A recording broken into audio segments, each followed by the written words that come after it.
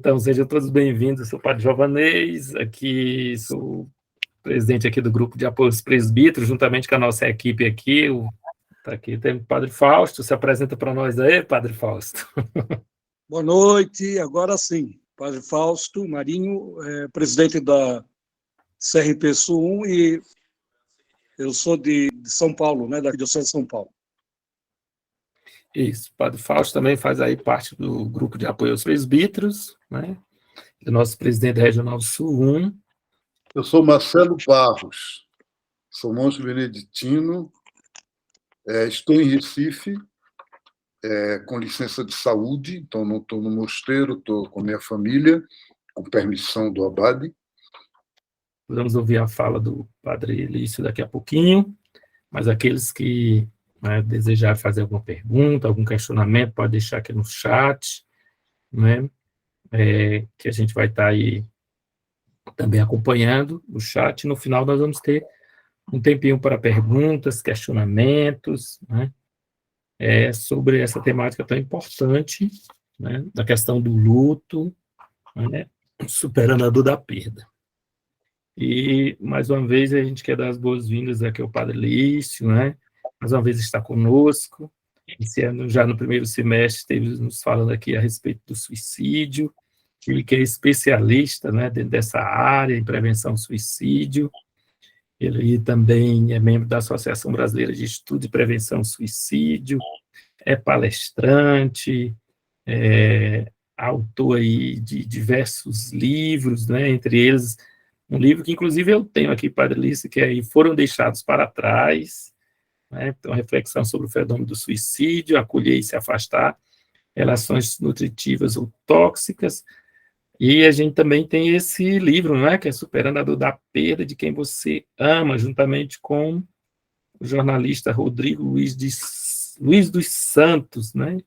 E pelo que eu consegui entender e ler aqui, ele tem o objetivo de ajudar as pessoas a entenderem e viverem o luto quando a morte leva desta vida alguém amado, e ao mesmo tempo lembrar que a fé em Cristo ressuscitado é o amor. A gente sabe aí quantas vidas se foram aí devido à Covid e tantas outras enfermidades que têm chegado na vida do povo, às vezes até com falta de assistência, e muitos, né, que não tiveram um tempo sequer de fazer o seu velório, de viver o luto, principalmente nesse tempo aí de mortes devido à Covid, que está aí aparecendo de novo, surgindo, né, novamente, pedindo o cuidado, a vacinação, o uso de máscara, e também é algo que a gente está trabalhando todos os dias, né? Os presbíteros, o que tem participando, todos os dias a gente está aí lidando um pouco, porque sempre tem alguma solicitação para estar presente nesse momento de muita dor para muitas pessoas. Então, essa live é muito, assim, importante e para essa noite de hoje. Então, a gente vai deixar aqui as palavras, né, aqui com o Padre Lício para falar para a gente sobre esse tema, assim, importante a partir aí do seu livro, né? Seja bem-vindo, Padre Lício. Obrigado. É uma alegria para mim muito grande estar mais uma vez com vocês, na Comissão de Apoio aos Presbíteros do Regional Sul 1, né? Eu já tive, como foi dito aqui no primeiro semestre, falando sobre a questão do suicídio, e hoje a gente vai trabalhar um pouquinho, tentar trabalhar um pouquinho este tema da questão do luto e de como superar a perda de pessoas queridas, né? Como lidar com as perdas, né? Não só das pessoas queridas, mas das coisas e dos afetos, sobretudo, né? E foi bacana que você começou com essa questão da Covid, porque eu penso que esse é um pano de fundo importante para a gente começar, porque a pandemia, de alguma maneira, provocou em todos nós um luto coletivo, né? Todos nós fomos impactados pela pandemia de Covid-19. Claro que alguns mais e outros menos, mas todos fomos impactados, né? Eu queria começar, eu fiz aqui algumas anotações para não me perder, Eu queria começar pela etimologia da palavra luto. A palavra luto vem do latim luctus, que significa dor, aflição e pesar. Né? Então, a origem da palavra é do latim luctus, dor, aflição e pesar. A perda das pessoas que nós amamos é sempre um desafio interno muito grande. É uma dor, uma série de emoções que acabam se instalando em nós, provocando sofrimento. Este período de tempo a gente também chama de luto. E eu estou falando isso porque a gente tem que entender que o luto ele é um processo, ele não é um evento. Qual que é a diferença? Um evento, né? Sei lá, tem a festa da padroeira da paróquia, é um evento, né? Você tem, bom, passou, acabou. O luto não. O luto ele é um processo que vai se instalando na vida da pessoa, né? Em que a pessoa é tomada por uma série de sentimentos, como arrependimento, saudade, culpa. E muitas vezes no luto, isso vem por coisas que não foram ditas ou por coisas que não foram vividas. Então, a gente tem que entender o seguinte: o luto, primeiro, ele é um processo. Ele é um processo natural, né? E inevitável. Ele é natural e inevitável. A gente não tem como evitar o processo do luto. E o luto sempre se estabelece quando há o rompimento de um vínculo afetivo. Quando há o rompimento de um vínculo afetivo, o luto naturalmente se instala. Por isso, então, ele é um processo, ele é natural e ele é inevitável, não tem como. Eu dou um exemplo para vocês. Eu fui sacrificar, tinha, né, 2 cachorras pastoras alemães. E eu fui sacrificar a minha mais velha, era mãe e filha.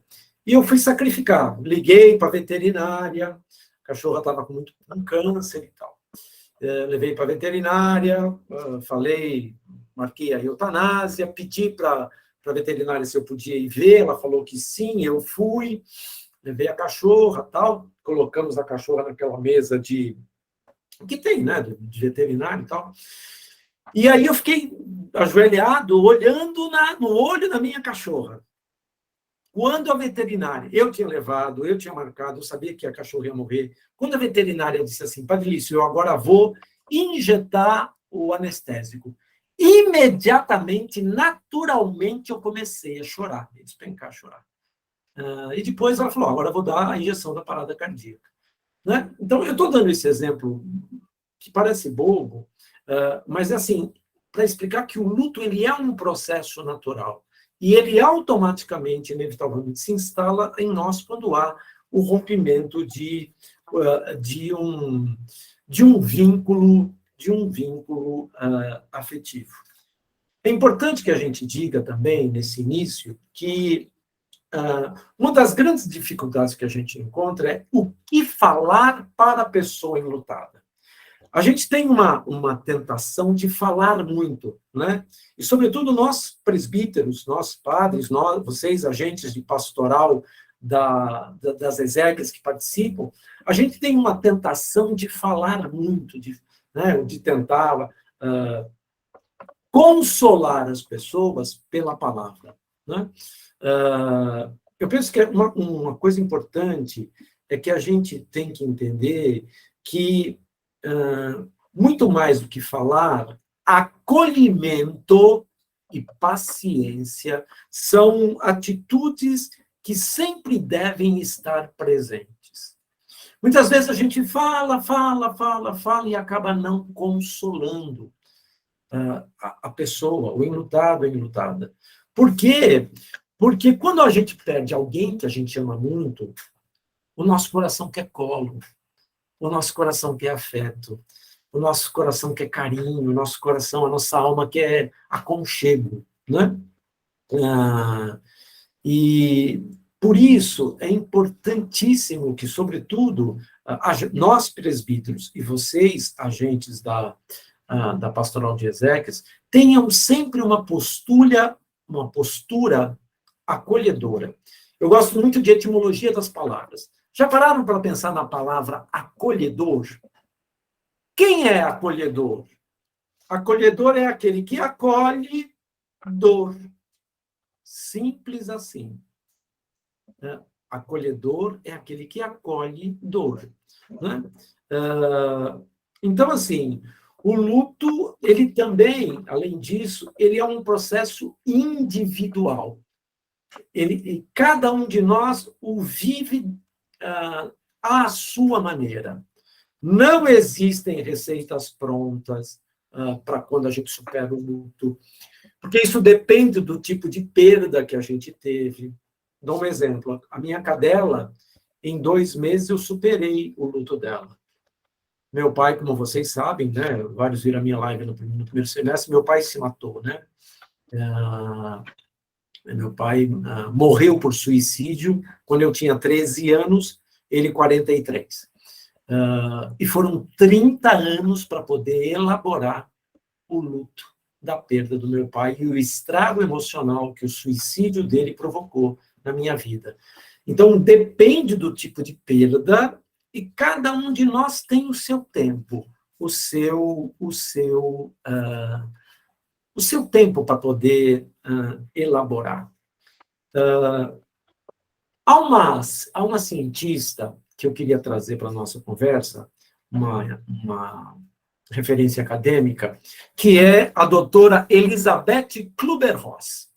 A doutora Elisabeth Kübler-Ross, ela é uma psiquiatra suíça, e ela, em 2005, escreveu um livro muito bacana, chama-se, abre aspas, A Morte e o Morrer. A Morte e o Morrer.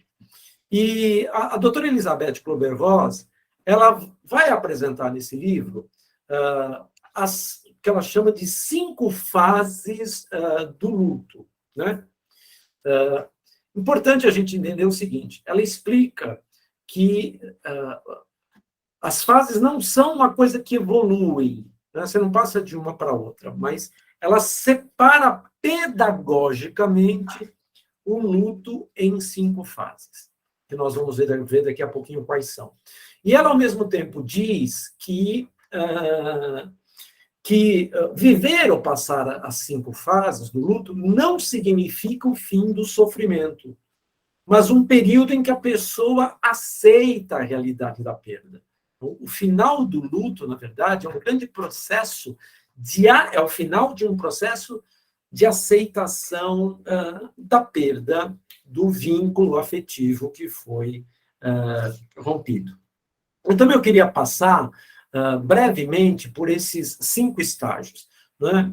Se alguém conhecer, peço a paciência de ouvir de novo, pode ser que tenha alguém que conheça. E, inclusive, há alguns críticos a doutora Elisabeth Kübler-Ross sobre esse assunto. Mas, enfim, eu trouxe porque eu acho que é importante a gente entender as fases que ela apresenta.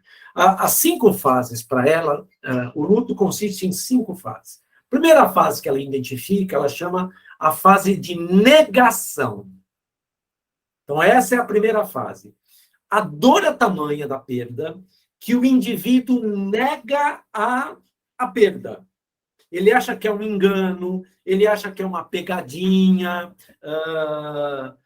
e ele acredita que a perda não é real. A dor é tamanha que a pessoa chega a negar a realidade. A gente já foi em velórios, né? Já deve ter ido em velórios, onde a gente já viu essa cena, né? Por exemplo, um pai que morre, uma filha que estava distante, chega na hora do velório e vai em cima do corpo e diz: pai, acorda, pai, vamos para casa, pai, vai. Esta é a fase de negação, segundo a doutora Elisabeth Kübler-Ross. A dor é tamanha que a pessoa nega a realidade, evita falar sobre o assunto e chora muito. ela identifica também uma segunda fase, que é a chamada a fase da raiva, né? Nessa fase, segundo a doutora Elizabeth Kübler-Ross, há um grande sentimento de revolta, em que a pessoa enlutada sente raiva, ódio, se sente injustiçada, né? E busca desesperadamente um culpado para o que aconteceu, para que ela possa ter algum tipo de conforto.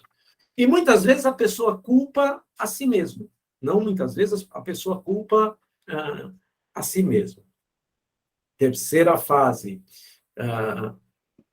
é a fase do que ela chama negação. A pessoa, então, busca na negação uma solução para alterar o que aconteceu. Então, por exemplo, né? Claro que a gente está falando de luto só na coisa da morte, mas existem lutos sempre que está ligado a uma perda. Por exemplo, quando nós padres, somos transferidos de uma paróquia para outra, a gente fica enlutado. Porque a gente criou um vínculo com aquele povo, a gente criou um vínculo com aquele local, né? Então, no caso, por exemplo, de término de relacionamento, né? No término de relacionamento, por exemplo, na fase de negação, a pessoa se propõe a ser um melhor namorado para a próxima pessoa, uma melhor mulher, uma melhor companheira, tentando, assim, adiar, né, o fim da relação, né? É muito comum em presbíteros também, né? Lá na China, é muito comum um presbítero que às vezes sai da paróquia, né, e depois fica atrapalhando o sucessor voltando na paróquia, né? Lá na China, no nosso Regional Sul não acontece isso, né? Mas, assim, porque a pessoa fica nessa fase de negação. Ela saiu, mas ela não saiu, né? Quarta fase é a fase que ela chama, a doutora Elizabeth Kübler-Ross chama de depressão. A quarta fase, a depressão. Aí a gente diz assim, é quando de fato a ficha cai. Então, a dor, o cansaço, a depressão, a melancolia, a tristeza se instalam mais fortemente. Normalmente o enlutado se isola, deprime, e ele se sente impotente diante da perda. E a quinta fase, ela chama, que é a fase chamada da aceitação. É a última fase do luto, como eu já disse, mas não necessariamente o fim do sofrimento. Mas é uma melhor capacidade de elaborar. A terceira fase é a negociação. Eu pulei. Obrigado. A terceira fase chama-se negociação. A pessoa tenta negociar. Obrigado você, Rodrigo, pela lembrança. Eu falei da terceira fase, mas não nominei. Eu te agradeço. Terceira fase é a negociação, né? Então, repetindo lá, né? Negação, raiva, negociação, depressão e aceitação. Na fase de aceitação, a pessoa começa a elaborar, né? E a grande tristeza, a tristeza enorme, a dor enorme que no início fazia a pessoa negar, vai sendo substituída na aceitação por uma gostosa saudade, onde você vai lembrando com carinho a pessoa e o ente querido, e isso faz com que você possa enxergar a possibilidade de retomar sua vida, né? O enlutado e enlutada retomar sua vida e poder se reconciliar com a perda. Essas 5 fases, elas podem acontecer ao mesmo tempo, segundo ela. Então, não é um processo em que você vai de uma fase para outra. Às vezes, no mesmo dia ou numa mesma semana, você pode viver as 5 fases. Achar que aceitou e daqui a pouco voltar a negar, né? Então, não é um processo fácil, né?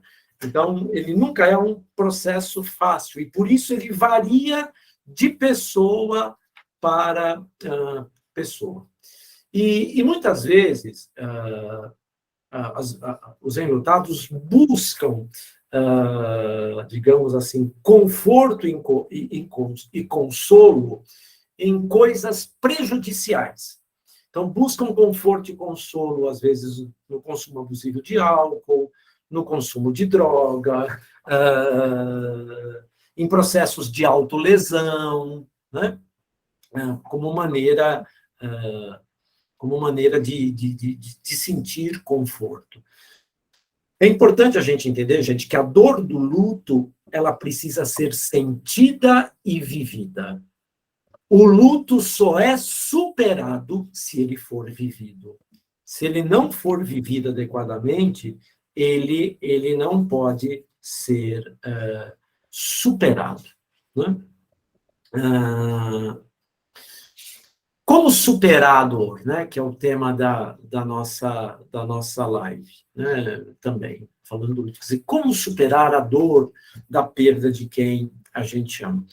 Eu penso que a primeira coisa que precisa ficar clara para todos nós é que o luto não é um transtorno, já disse, vou repetir isso, porque muitas vezes tem gente que acha isso, que o luto é um transtorno emocional, que é um transtorno. O luto não é um transtorno, nem uma doença, mas um processo de aceitação da perda.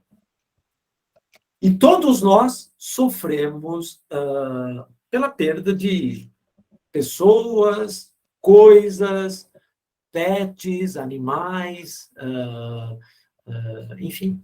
Então, todos nós, em algum momento da vida, passamos por um período de luto. E é importante, penso que é outra coisa que é importante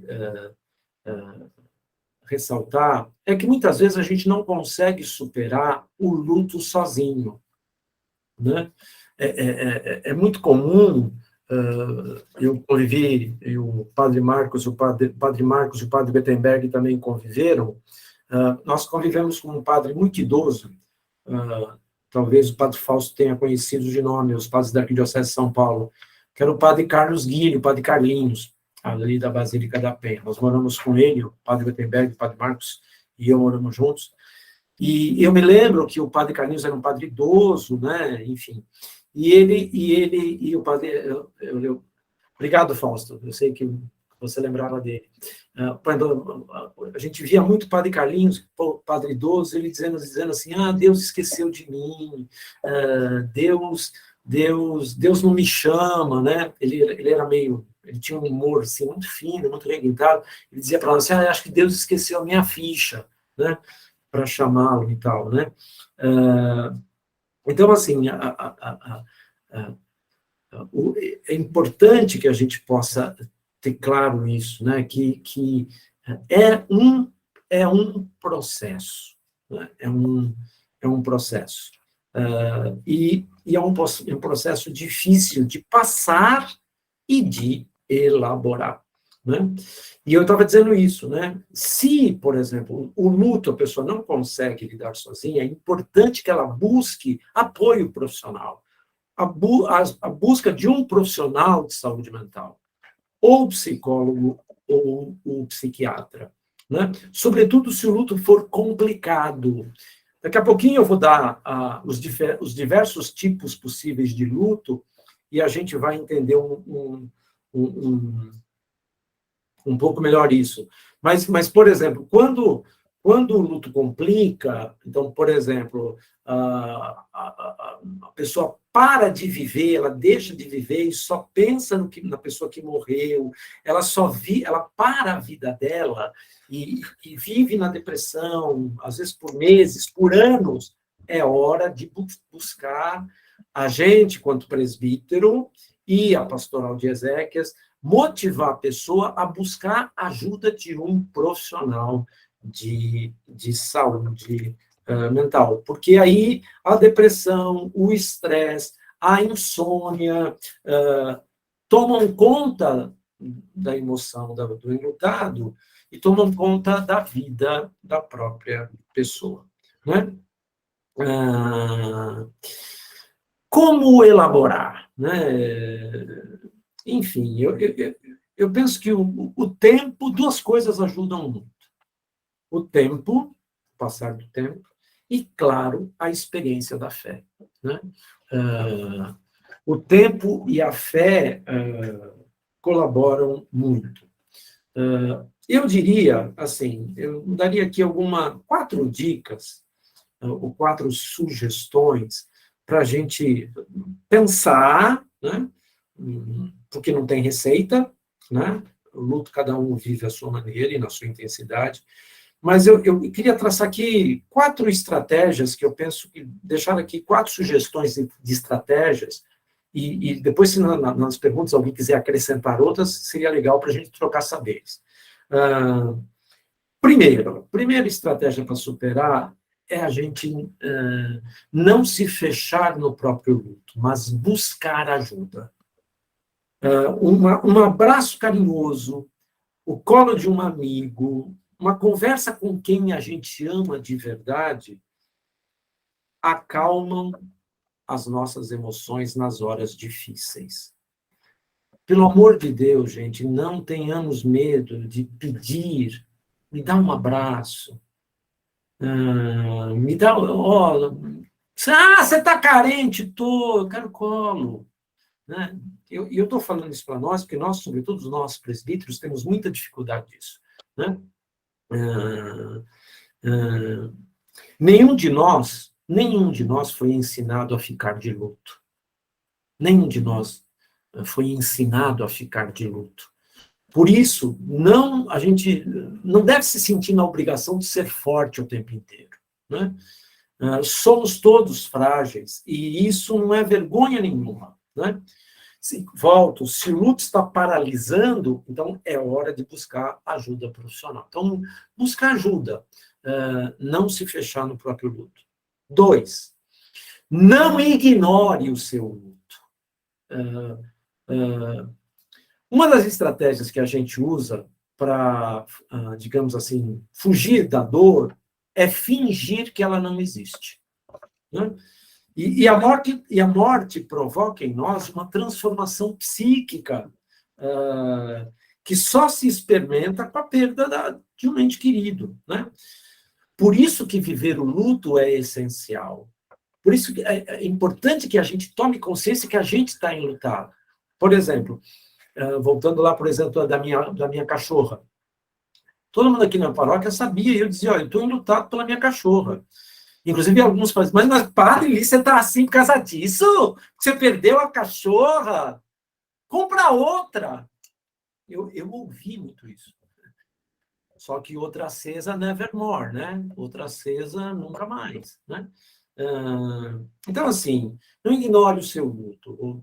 Assuma que você está enlutado. Escolha pessoas em quem você confie, né? Para buscar amparo, para desabafar, para chorar, né? E não tente ignorar ou passar por cima dessa fase, né? Se fazendo de forte o tempo inteiro. Tal. Terceira dica, não se isole. Não se isole.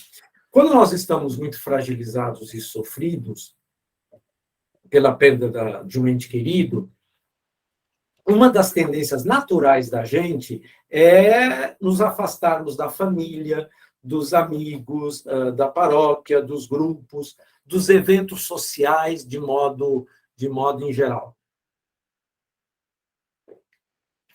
O isolamento, às vezes, é necessário e é importante, mas ele não é a saída.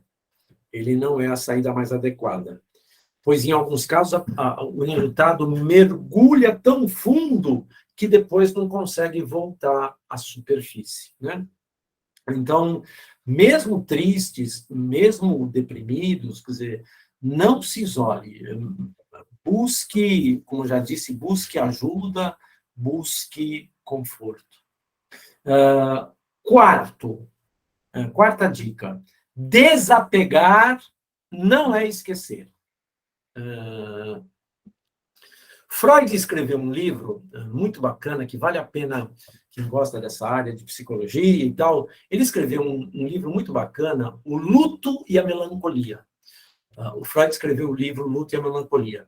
E no livro Luto e a Melancolia, o Freud diz que a sombra do objeto recai sobre o ego. Ele quis falar sobre a melancolia, né? Em que o objeto perdido é internalizado e identificado com o ego, revertendo, portanto, o amor antissentido ao ódio da perda. O ódio da perda é proporcional ao amor que a gente sentia pela pessoa, segundo o Freud. E assim, muitas vezes a melancolia, né, a gente fica apegado às lembranças, às memórias, muitas vezes é um obstáculo para que a gente possa seguir no processo de ressignificação da perda, né?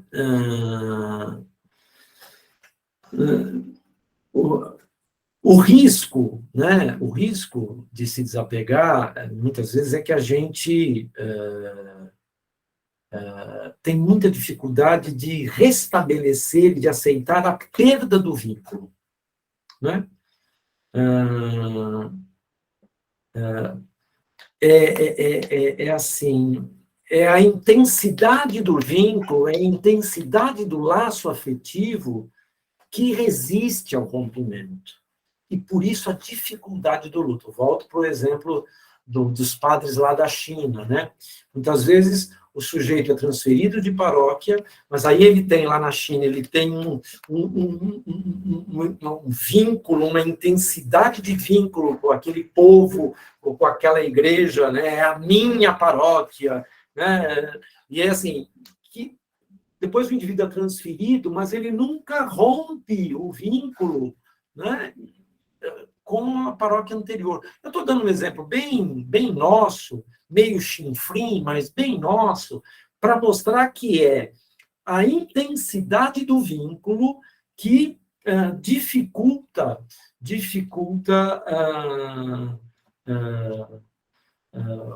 o vínculo ser rompido. E no luto, na perda, o vínculo é rompido. Lembrem-se do início. O luto se estabelece quando um vínculo afetivo é rompido, né? Eu queria também trazer para vocês, brevemente... Quanto tempo eu tenho, hein, Nier, que a gente não combinou?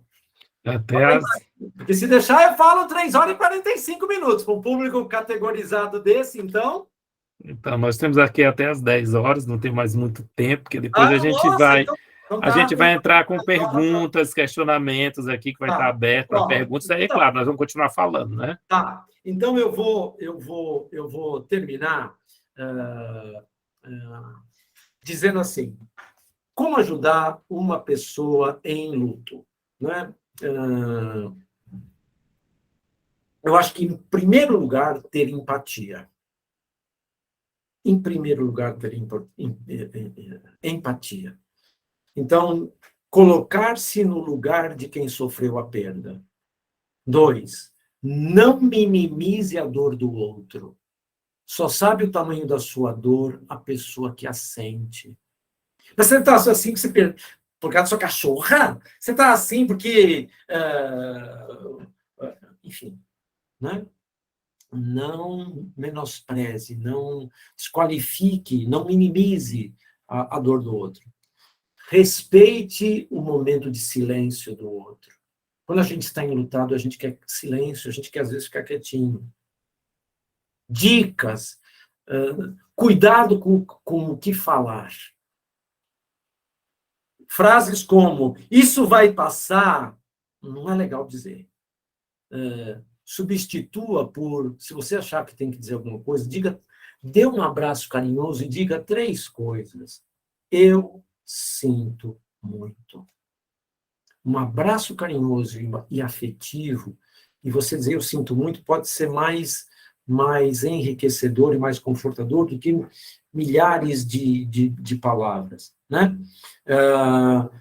Se o enlutado, claro, né, se o enlutado tiver fé, então é importante, né, realizar o rito das exéquias, o rito da despedida, né? A oração, mesmo na cremação, né, ou sobre as cinzas, importante fazer rituais. Por exemplo, né, a igreja recomenda, como vocês sabem, que se enterrem as cinzas, né? Então, talvez enterrar cinzas, plantar uma árvore como símbolo de vida nova. Então, são maneiras que a gente pode colaborar para superar a dor do vínculo. Enfim, quero terminar dizendo que o que nos cabe oferecer às pessoas enlutadas é a nossa empatia, o acolhimento, a compaixão e a fraternidade. As pessoas nunca vão lembrar, a maioria das pessoas não lembra, assim como nós não lembramos, nos momentos de luto que tivemos e vivemos, o que as pessoas nos disseram. Mas, com certeza, lembramos para sempre as pessoas que nos acolheram no momento em que estávamos em luto. Termino dizendo, abrindo espaço para vocês, agradecendo mais uma vez a oportunidade de poder falar brevemente sobre isso, e que o meu contato, quem quiser falar comigo, é @licio.vale no Instagram. @licio.vale no Instagram. Pelo Instagram é legal porque dá para a gente conversar, enfim. Termino dizendo, agradecendo mais uma vez vocês pela oportunidade e dizendo que a gente deve sempre buscar ser uma presença, né? Uma presença afetiva na vida do enlutado, porque é a presença afetiva que, de verdade, é sinal de ressurreição, de ressignificação da perda para quem perdeu alguém que amava muito. Obrigado. Obrigado aqui, Padre Lício, pelas suas palavras. A gente vai abrir aqui a oportunidade da gente fazer algum questionamento, fazer alguma pergunta, que pode ser feita no chat, como pode ser feito aqui também neste momento. A gente pede que quem for fazer a sua pergunta, que seja objetivo, né? E que nós temos várias pessoas aqui, quem sabe outros também querem fazer suas perguntas. Nós temos aqui a Eleni, que já levantou a mão, mas eu queria começar também logo com uma pergunta, né? Daqui a pouco a gente abre aqui para a Eleni também falar quanto tempo, né, se leva, né, o luto, né? Quanto tempo, qual a duração de um luto, para que ele não se torne um luto patológico. Se eu não me engano, acho que o DSM já estava restringindo muito, não é? Se eu não me engano, era 7 dias, 15 dias, que depois disso já se torna algo patológico. Então, quanto tempo é um luto? Né? Até ele se tornar patológico ou não, tá bom? Então, eu queria começar com essa pergunta, daqui a pouco eu a Eleni aqui também. Primeiro, assim, não existe um tempo determinado. Depende, por isso que eu já disse, né? Depende do tipo de vínculo que você tinha com o que você perdeu. O DSM propõe mais de 15 dias e tal. Mas, enfim, a Organização Mundial de Saúde diz que não há tempo. O luto complicado, ou seja, o luto patológico, ele se instala, segundo a OMS, depois de 3 a 4 meses. Se em 3 a 4 meses a pessoa ainda continua num processo de negação, enlutada, isto é sinal de que ela evoluiu para um luto patológico. Então, eu te diria, para responder a sua pergunta, que 15 dias até 3 meses seria o que a gente chamaria, entre aspas, de luto normal, né, que a pessoa teria a possibilidade de elaborar. Tanto assim que, por exemplo, o nosso ritual, né, o ritual católico, fala em até 1 ano, né? A missa de 7º dia, a missa de mês e a missa de ano. Deixa eu aproveitar e dar um abraço grande para esse amigo que eu estou vendo agora, Dom Vicente Costa. Amigo querido do coração, bom lhe ver. Dom Vicente, que dá uma Liga o palavra aí, tem que ligar o microfone. microfone. Dom Vicente. Desculpe. Isso. Desculpe, estava fechado. Nem jantei, estava forte em compromisso, nem jantei para vir correndo ver seu rosto iluminado, Lício. Muito obrigado por participar dessa nossa videoconferência, aos padres, estou vendo também alguma psicóloga, sou o nosso Vitorês, qual o nome dele, meu Deus do céu? Padre Giovanês. Giovanei. Lúcio, nossa, você tornou-se experto sobre suicídio e agora sobre o luto. Viu? Desculpe que eu não podia participar desde o começo, mas, como falei, fui participar de uma atividade.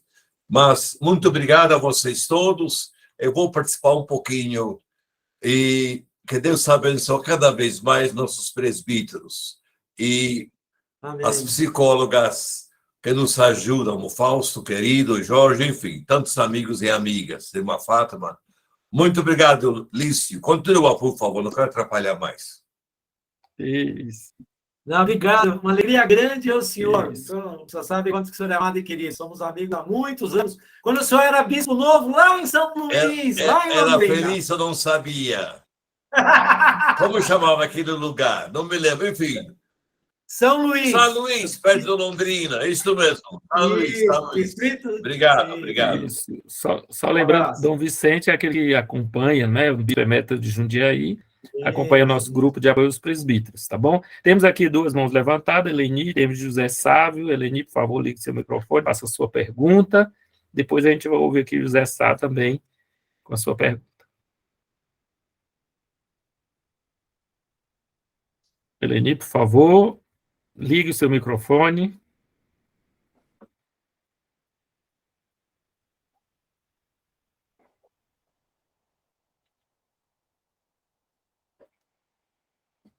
Eleni, por favor, ligue o seu microfone, se você for fazer a pergunta, senão a gente abre para, não é, alguma outra pessoa que gostaria de fazer pergunta, então, ou colocar seu questionamento, né, sobre essa temática.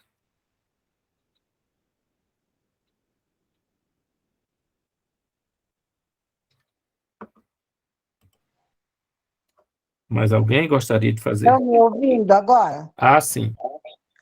Então, eu estou em luto pelo meu filho, que faleceu no dia 2 de junho, agora vai fazer 6 meses. E eu já passei por todas as fases do luto. Quando ele faleceu, eu também não queria aceitar, eu até pequei, porque eu falei com Deus no meu quarto: Deus, por que o Senhor não me levou e deixou meu filho, que tem os filhos para criar, tem uma vida inteira e eu já vivi. Também não aceitei a morte dele, eu só acreditei quando eu vi no caixão. E passei por momentos difíceis, ainda estou passando, mas 10 dias após o falecimento dele, eu voltei a fazer celebrações na Pastoral das Ezequias, porque eu entendi que o mesmo carinho, o mesmo apoio que eu estava recebendo de tantos amigos, eu precisava continuar a levar esse apoio. E às vezes eu fico irritada, é a minha pergunta, porque a minha maneira de ser deixa algumas pessoas assim, já ouvi muito falar: nossa, nem parece que você passou pelo que você passou, você é tão forte. E eu não sou forte, só que eu sei, uma colega até ri de mim, porque eu falo que eu tenho meus momentos para chorar. Então, durante a manhã, quando eu rezo o meu terço em memória do meu filho, colocando a alma do meu filho, das pessoas que eu tenho mais próximas, dos que eu fiz exéquias. Então, nesse momento, eu sinto vontade, no final das minhas orações, de lembrar muito do meu filho e chorar. Mas eu também sei que muitas mães passaram e passam e passarão pelo que eu passei. E hoje eu entendo que Deus ainda quer mais de mim aqui.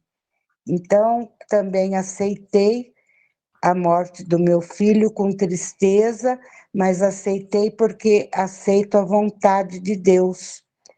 E o amor que eu tenho pelos meus netos, a força que eu recebi, eu tenho levado no Cemitério da Saudade aqui de Campinas para os que precisam, para as mães, porque eu sempre dizia, quando eu fazia a celebração de uma mãe que perdia o filho, eu falava assim, a nossa dor não é a mesma dor dessa mãe que está sentindo neste momento.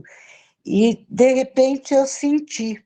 E uma das primeiras celebrações que eu fiz foi de uma enfermeira aqui do Hospital de Campinas, que faleceu com 43 anos, a idade do meu filho, e eu não ia chorar, não, fiz com firmeza, só que no final a mãe dessa pessoa começou a segurar tão forte na minha mão, me pedindo socorro ali na Pastoral das Exéquias, na hora do rito, que eu comecei a abraçá-la e chorar. E falei para ela, a sua dor é a minha dor. E nós vamos enfrentar isso porque temos fé em Deus e sabemos que Ele sabe o início e o final da nossa vida aqui na Terra. E é isso que eu queria testemunhar, o amor que eu tenho em Deus e a fé que me fortifica cada dia pela partida do meu filho. Amém. Você ter partilhado conosco a sua dor. A gente quer ser muito solidário na perca da dor do seu filho. É uma dor imensa. E, ao mesmo tempo, agradecer o seu testemunho, porque, de fato, você é prova viva de que mesmo depois de vivido o luto, o sofrimento continua existindo, mas você retomou sua vida. E teve uma coisa muito legal que você falou que eu queria pontuar, e que é sinal de esperança para nós, né? Que é isso. Você retomou a sua vida com a consciência de que Deus tinha uma missão para você. E a sua missão era continuar levando a experiência da fé em Jesus ressuscitado e trabalhar na Pastoral das Exéquias, agora tendo experienciado essa dor. Então, assim, obrigado. E queria deixar registrado aqui uma coisa que está meio inconsciente. Obrigado, viu? Porque quando a gente cria um ambiente acolhedor, as pessoas partilham as suas dores. A Eleni está partilhando conosco essa dor dela, porque nós criamos aqui nessa live um ambiente acolhedor. Ela sabe que a dor dela não vai ser julgada, não vai ser condenada, ao contrário. Obrigado, viu, Eleni, pelo seu testemunho, e Deus continue te dando força para você continuar sendo essa presença profética no meio de nós. Obrigado. Bom, nós temos aqui o vídeo, né, que ele pode ligar o microfone dele para fazer a sua pergunta, o Fábio, depois temos o José Sábio aqui também. Temos alguns aqui. Então, o vídeo ser o próximo, por favor. Tá. Me ouvindo? Isso. Ouvimos. Estão me ouvindo? Estamos. Eu sou o Padre Ovídio de Franca. Gostei muito, Lúcio, pelo lugar revê-lo e nas suas palavras. Mas trazendo a pergunta que foi feita, quanto tempo que dura o luto? Eu tenho um costume nas minhas celebrações, você disse assim, celebrar a exéquia, celebrar. Eu acho que o rito, celebrar, já começa a curar os corações. Porque eu uso muita frase que o luto dói, a morte dói. Não é só a dor física, não é só o machucado, não é só, mas a dor da morte é muito grande. Especialmente quando a dor de um acidente, de um fato assim, de uma morte violenta, eu acho que elas doem mais profundamente ainda do que a dor da morte natural. A morte de uma criança, e ver uma outra criança, ver a outra criancinha no caixão, aquela criança que está ali do lado, vendo o irmão, vendo o amiguinho, a dor é muito grande para ela. Talvez não tenha noção do que significa. E diante desse fato, diante dessa expressão, eu gosto de rezar aquele texto do profeta Isaías, que fala: eu vos prepararei um banquete com suculentos manjares e bom vinho. Ela também usa uma frase que enxugará as lágrimas de todas as faces. Então, eu tento trazer, na minha fala, nesse momento do rito, que Deus é tão bom, Deus é tão misericordioso, que Ele faz uma festa para nos receber no céu. E como nós gostamos de fazer festa, reunir em família, ao redor de uma mesa, para celebrar algum acontecimento, eu acho que eu uso essa expressão porque é um jeito de também alegrar o coração das pessoas que estão em dor. Dizer, né? Olha, hoje é festa para você, esse nosso irmão que está aqui. Né? A gente está vivendo a dor da morte dele, a separação dele, que é uma separação, a dor. Dói, como você mesmo disse. Para as pessoas dizerem: olha, Deus está celebrando hoje a chegada dele no céu. É um jeito de você levar a pessoa que está enlutada a entender, de uma certa forma, de uma certa tranquilidade, aquele momento de passagem. Deus o acolhe, ele não está acabando para ele está começando uma nova dimensão de vida. Outra expressão que eu uso quando ele fala que enxuga as lágrimas de todas as faces. Deus conhece a dor de cada um. Você falava em fases, eu falo de dor. Cada hora você tem um tipo de dor. A dor tal, a dor tal, a dor tal. E você trouxe expressando fases. Então eu falo que Deus é aquele que dá o remédio certo, na hora certa, para a dor certa. Acho que a gente tem que acreditar e trazer essas palavras de esperança para quem está ali. E uma outra coisa que eu também uso muito, acho que é importante, você falava que o luto demora 1 ano pela igreja. Eu falo que demora 1 ano mesmo. Você tem que pensar, do dia que a pessoa morreu, até o outro ano, quando fizer 1 ano. Para você celebrar todas as datas que envolvem a vida daquela pessoa. Os aniversários da família, nós que somos católicos, os momentos celebrativos da nossa igreja católica, a Semana Santa, as procissões, o padroeiro, o Natal, a passagem de ano. Enquanto não passar tudo aquilo que a pessoa vivia com a gente junto, sabe?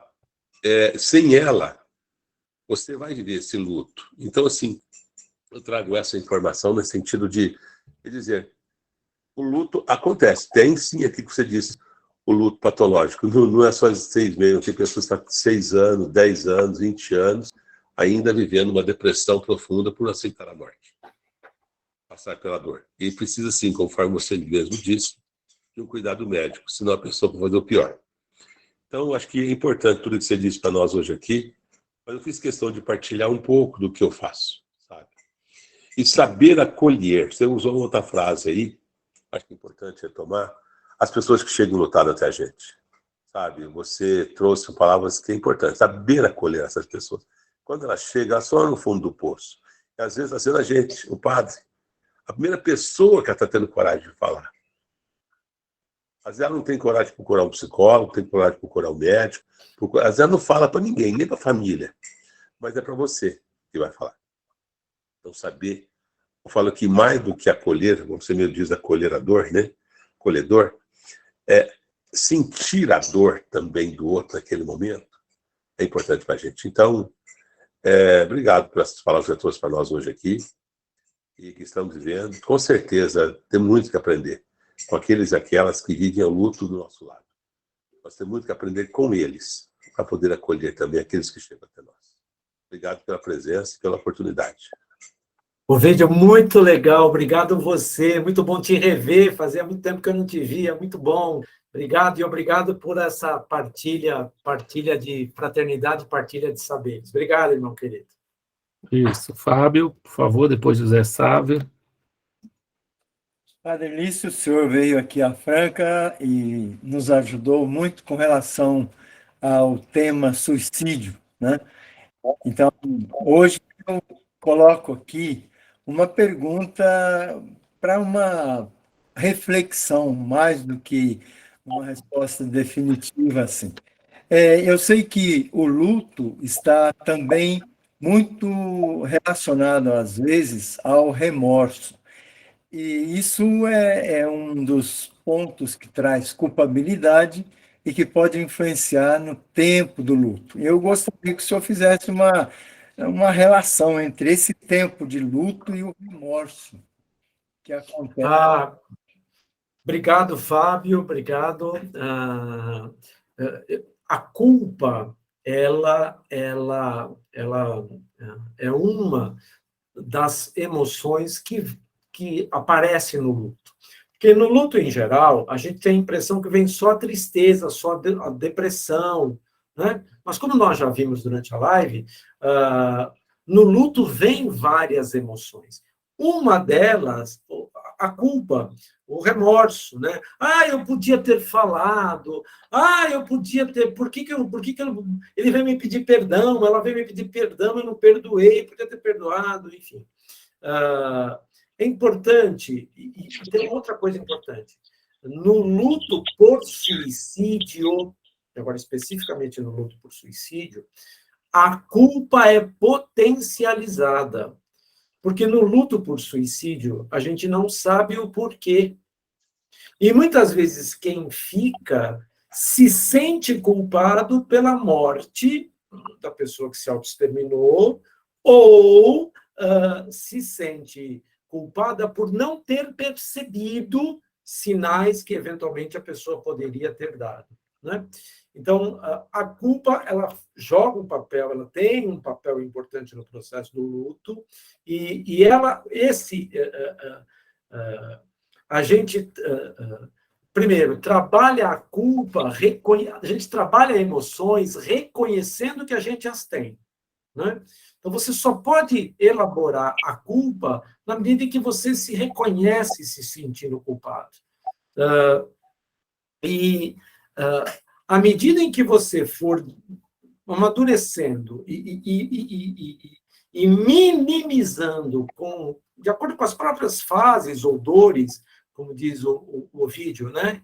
As várias dores ou as várias fases do processo do luto, essa culpa ela vai diminuindo. A culpa está muito relacionada à duração do luto, porque às vezes você pode ficar com culpa o resto da vida, ir para um luto complicado. Dou o exemplo, né? Eu estive em Franca falando para vocês sobre luto por suicídio, por isso que eu estou retomando, não deu tempo de falar na live, a questão do luto por suicídio, por exemplo, porque no luto por suicídio, quando um adolescente deixa uma carta ou deixa um bilhete, às vezes o pai, o adolescente amigo que recebe a carta, fica com culpa pro resto da vida e precisa ir para terapia. Então, a relação da culpa com o tempo do luto, ela é muito significativa. E quanto mais culpa você sentir, mais dificuldade de elaboração do luto será maior. Espero ter respondido a tua pergunta. Sim. Isso. Vamos ouvir aqui o José, o Sávio e o Rodrigo. Vamos juntar aqui duas perguntas aqui para a gente avançar um pouquinho. Meu amigo Sávio, opa, boa Fortaleza. Noite. Prazer muito grande. Eu acho que vai ficar por outra ocasião, certamente, né, a minha pergunta, mas acho que seria muito útil, em outra ocasião, para lhes falar um pouquinho sobre o luto, os tipos de luto, né, que o senhor já tinha falado, né, acho que o senhor foi muito feliz, né, porque ajudou a gente a entender muito bem, né, essas fases, o que é mais ou menos o luto patológico, né, e aquele que é o luto, digamos, normal, né. Natural. Exato. Mas também eu acho que, se o senhor pudesse falar um minutinho, né, porque hoje se fala muito que a gente vive numa sociedade intolerante ao sofrimento, né, às frustrações, às decepções, né, então se o senhor puder falar um minutinho sobre esses tipos de luto também, porque a gente lida muito com isso, né, no aconselhamento, no acompanhamento, na confissão, né. Sim. Muito obrigado. Obrigado, Sávio. Obrigado você pela pergunta. Prazer grande. Então, existem vários tipos de luto. né? O luto natural, que é esse que a gente falou o tempo inteiro na live, o luto patológico, então é quando a pessoa para num determinado sentimento, como eu estava falando para o Fábio, a culpa ou a raiva, e aí a vida para. Há lutos que não são reconhecidos socialmente. Então, por exemplo, você perde o que é o chamado luto não reconhecido. Então, por exemplo, você perde um pet, o luto neonatal, o vídeo que estava dando exemplo, né, de um caixão de uma criança, não sei se foi o vídeo, alguém deu, foi você, né, o vídeo. Eu já fui já fui num velório de uma criança neonatal, a minha bebê tinha nascido de 6 meses, eu batizei com 8 meses, na hora de abraçar a mãe, uma mulher virou e disse, não, fica assim não, faz outro, né? Quer dizer, um luto que não é reconhecido, né? É o luto gestacional, por exemplo, a mulher perde o bebê, esse luto não é reconhecido, a sociedade quer logo que a mulher fique boa, fique pronta. Então, existem vários tipos de luto. E como você bem lembrou, e só para terminar, para não me alongar na resposta, nós vivemos numa sociedade que tenta esconder a morte o tempo inteiro, né? Por exemplo, na minha geração, né, a gente passava a noite velando o corpo, né? Hoje não, hoje o pessoal fecha, deixa o corpo lá, vai dormir, não, ou enterra logo, porque nós temos que trabalhar e temos que retomar a vida, né? Então, a nossa sociedade, ela faz com que a morte seja mais depressa tirada de cena e o enlutado possa se recuperar o mais depressa possível. Porque nós vivemos numa sociedade... quem trabalha muito esse conceito também é o Bauman, né? Não só da sociedade líquida, mas do homo faber, né? A gente tem que fazer coisas, a gente tem que produzir, né? Então, mas é uma pena, mas se houver possibilidade de uma outra convite, a minha mãe dizia que a gente é pobrezinho, mas é educado, é que a gente não vai na casa dos outros se não for convidado. Se o grupo de apoio convidar de novo, sabe, eu volto outra vez para falar mais sobre isso. Isso, Padre Rodrigo, por favor. Sim, a minha colocação, a minha pergunta é em relação ao luto pelo suicídio, né? O senhor já fez algumas colocações. E, assim, uma coisa que eu tenho muita dificuldade na paróquia, assim, no dia a dia, é em relação aos pais que perdem filhos, os pais que perdem os filhos muito jovens. Às vezes querem falar, por que Deus não me levou? Foi o que a Eleni colocou, né? Existe alguma forma, uma tratativa assim, adequada para acompanhar, sei lá, o padre tem que acompanhar, tem que indicar psicólogo. Às vezes eu penso em indicar psicólogo, aí isso ser também chocante para a família, porque eu trabalho em cidade do interior, cidade pequena, o padre vai colocar psicólogo, ainda tem aquele certo preconceito, né?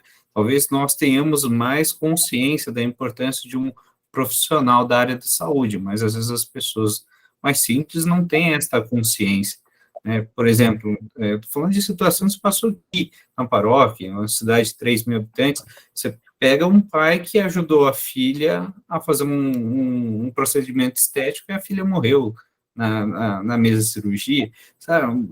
Outro que a mãe ficou sabendo, a questão do Covid, que a filha já tinha sido enterrada, né? Ela não passou por todo esse processo, e era uma pessoa muito participativa na vida dela, e assim, é como se tivesse desaparecido do dia para a noite, né? São outra situação, né, que eu queria falar da questão do suicídio, uma mãe que o filho se matou e, tipo, deixou uma carta, né? Foi o que justamente o senhor colocou, e falando dos problemas que ele estava passando, e que tinha pedido ajuda para uma comunidade religiosa e a comunidade não ajudou.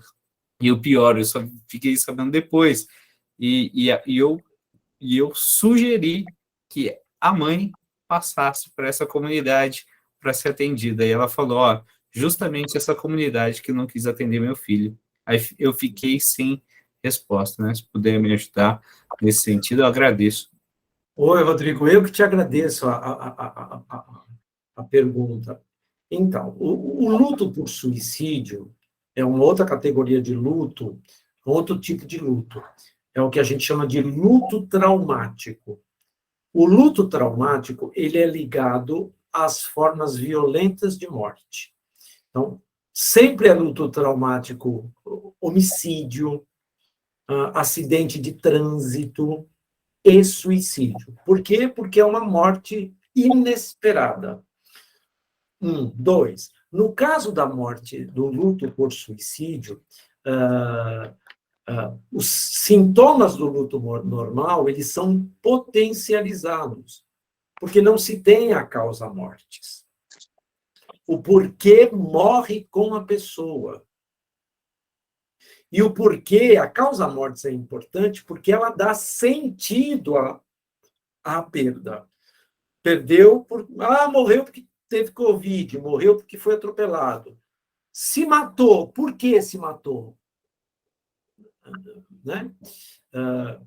Então, assim, normalmente, o nosso trabalho, tanto de presbíteros quanto de pastoral de Ezequias, no luto por suicídio, deve ser um trabalho de paciência e de proximidade, no sentido de poder ajudar o familiar enlutado, os pais, normalmente, enfim, que eles precisam de apoio emocional. Eles não... o enlutado por suicídio, ele vive um luto complicado e traumático, porque é um luto, é uma morte sem explicação, é uma morte que não tem justificativa, fica um buraco em quem fica, né? Então, o nosso trabalho, enquanto presbíteros e enquanto pastoral de Ezequias, deve ser um trabalho de paciência e de acolhimento, no sentido de ir pacientemente, através até de uma direção espiritual, de vários encontros, ir tentando convencer quem ficou a procurar a ajuda de um profissional de saúde mental, sabendo, como você bem lembrou, que em muitos casos, em muitas localidades, ainda no Brasil, existe um tabu muito grande em relação à saúde mental, porque se associa a saúde mental à loucura, né? Então a minha dica é tentar estar próximo da família enlutada e começar, lento e pacientemente, um processo de convencimento de que aquela pessoa não vai superar, ela não tem condição de superar aquele luto por suicídio sozinha, sem apoio de um profissional de saúde mental. Padre Alisson, Dom Vicente.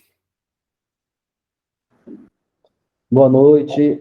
Padre Lício, fala um pouco sobre a questão de cultura, fala um pouco mais, porque a impressão que dá é que nós do Ocidente trabalhamos muito mal a questão do luto e a morte, em detrimento a algumas religiões do Oriente que trabalham melhor com isso, pelo menos a impressão que dá.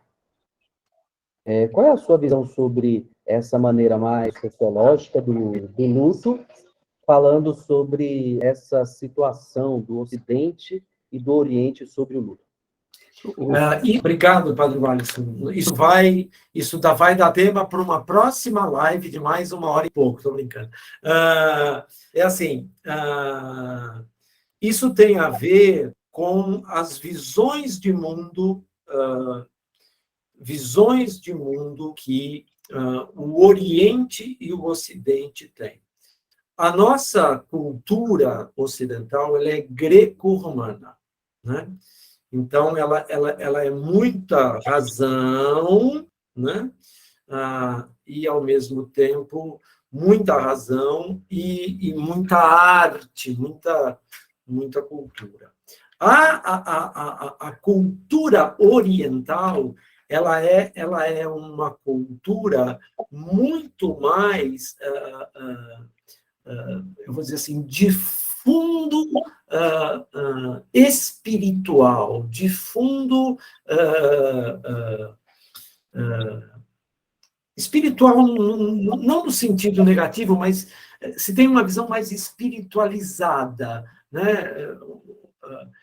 Onde o espiritual ele não está dissociado do natural como no Ocidente, né?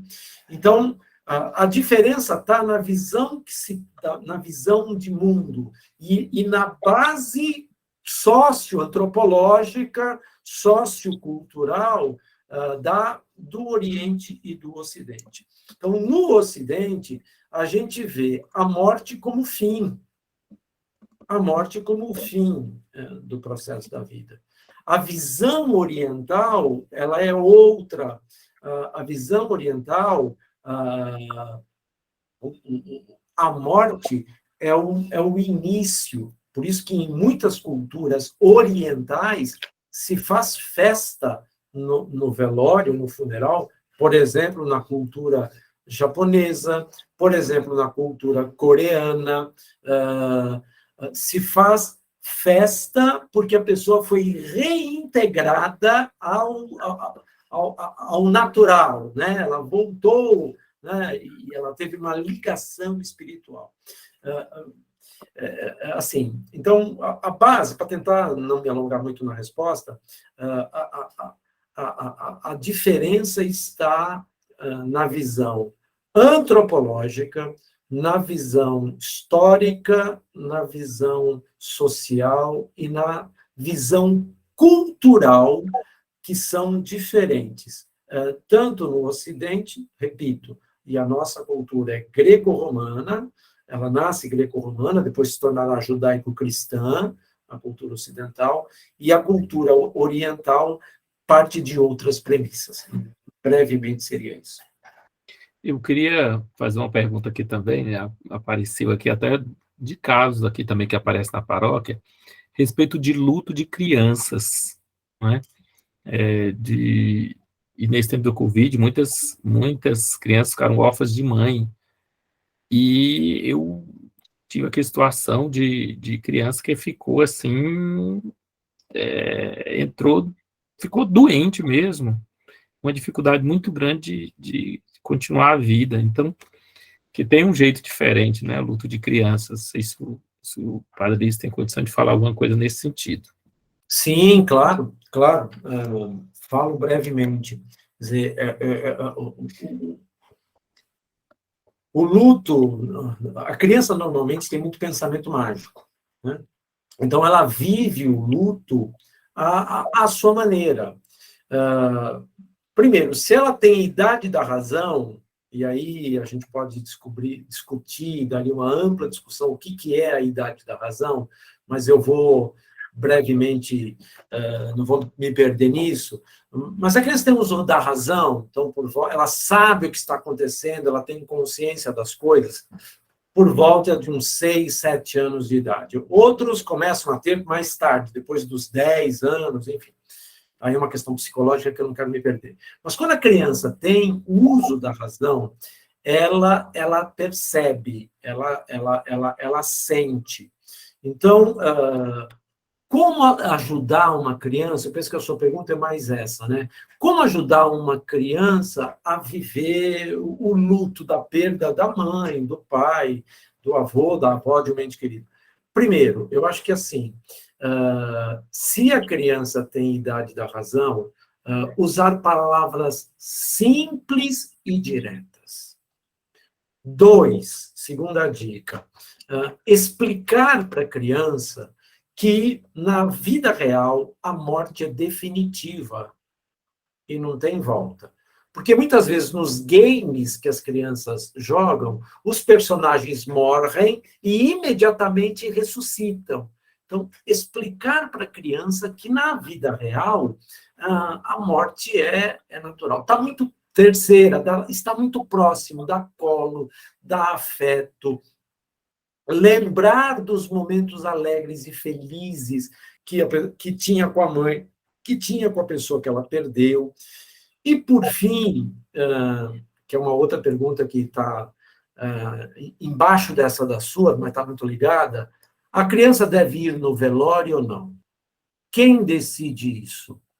Eu costumo orientar o seguinte: se a criança tem uso da razão, é ela que deve decidir, porque ela é membro da família e ela sabe o que está acontecendo. Então, como qualquer um de nós, ela pode ter o direito de não querer guardar da mãe ou do pai a última imagem no caixão.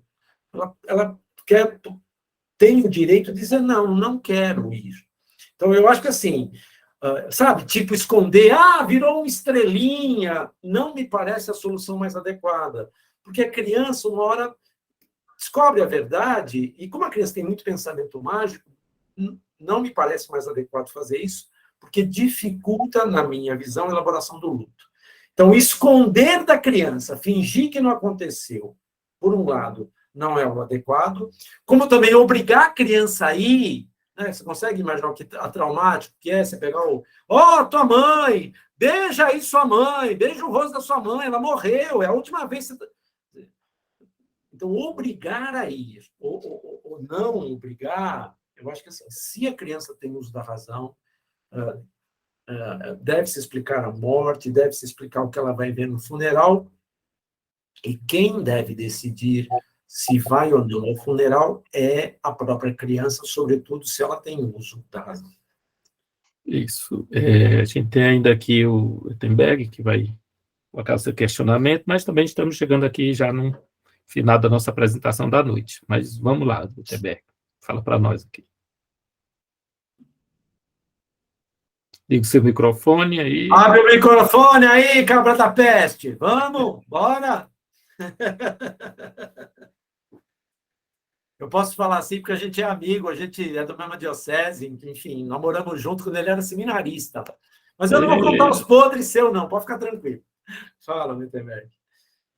Tem que ligar o microfone. Se você não ligar o microfone... É padre da diocese São Miguel Paulista, pronto, é tudo uma derrota, Alice, tudo uma derrota. É só clicar aí embaixo que você desliga, você liga o microfone.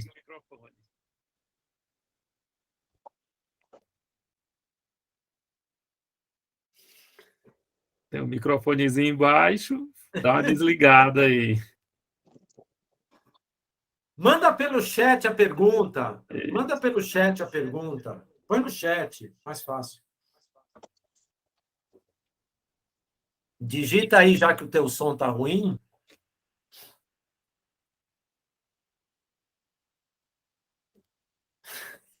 Está tentando falar aqui com as mãos, mas está difícil. Enfim. Então, a gente está chegando aqui no final da nossa apresentação desta noite, agradecendo aqui o Padre Lício pela belíssima... Opa! Pronto, vamos lá.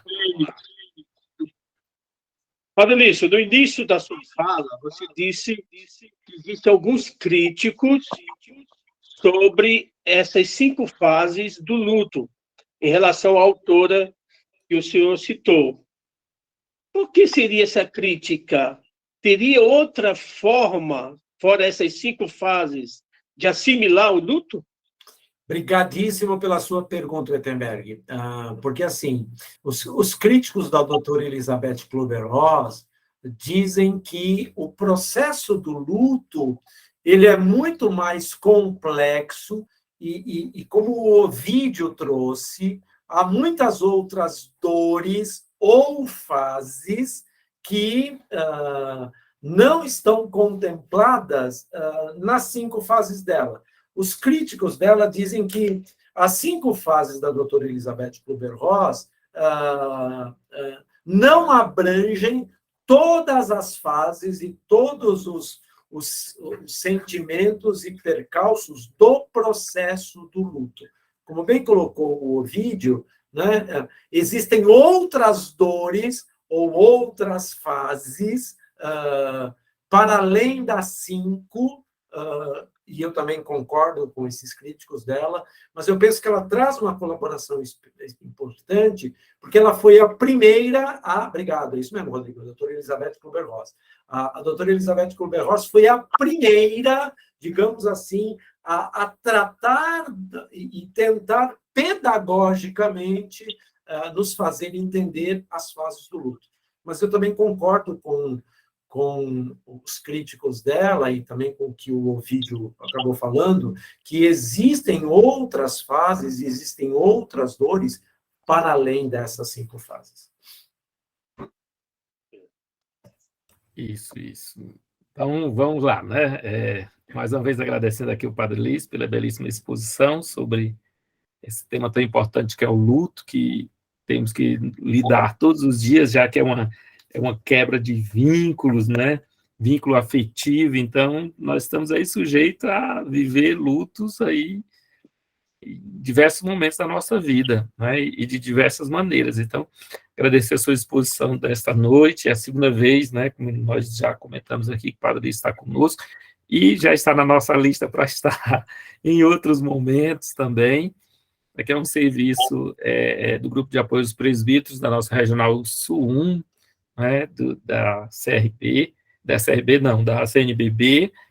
e quero agradecer a presença de cada pessoa, cada um de vocês aqui.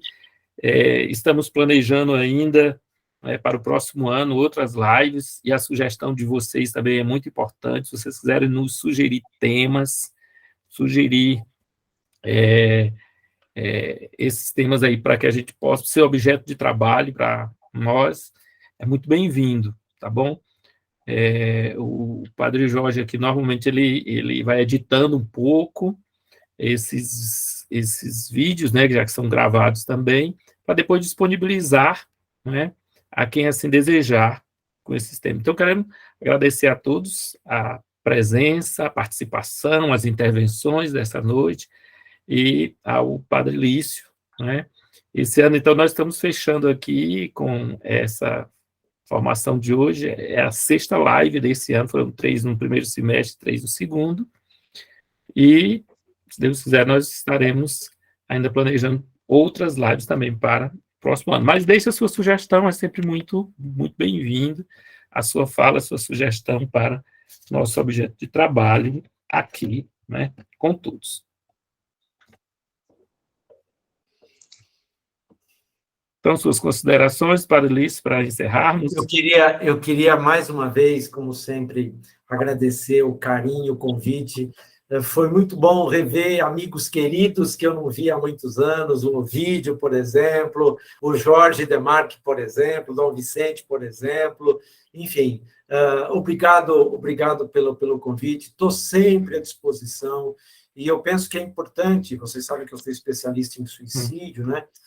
E é importante esse trabalho que vocês, da Comissão Regional de Presbíteros, fazem, deste grupo de apoio aos presbíteros. Eu queria agora, como presbítero, agradecer, né? O Padre Walisson mandou no grupo dos padres da nossa diocese as lives e tal. Quero agradecer, o trabalho que vocês fazem é importantíssimo, porque nós, presbíteros, precisamos sempre também termos momentos de conhecimento, também termos momentos e espaços para aprendizagem, mas também para partilhar dores, fraquezas, limitações.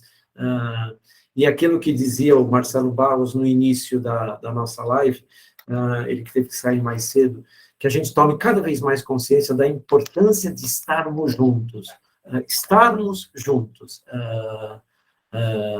Na alegria, na força, na fé, na vida, porque todos nós vamos também um dia passar pela experiência da morte e vamos ter que aprender até o último minuto da vida da gente, inclusive aprender a morrer, porque nenhum de nós ainda morreu, e lembrar que a morte é a passagem para a vida eterna.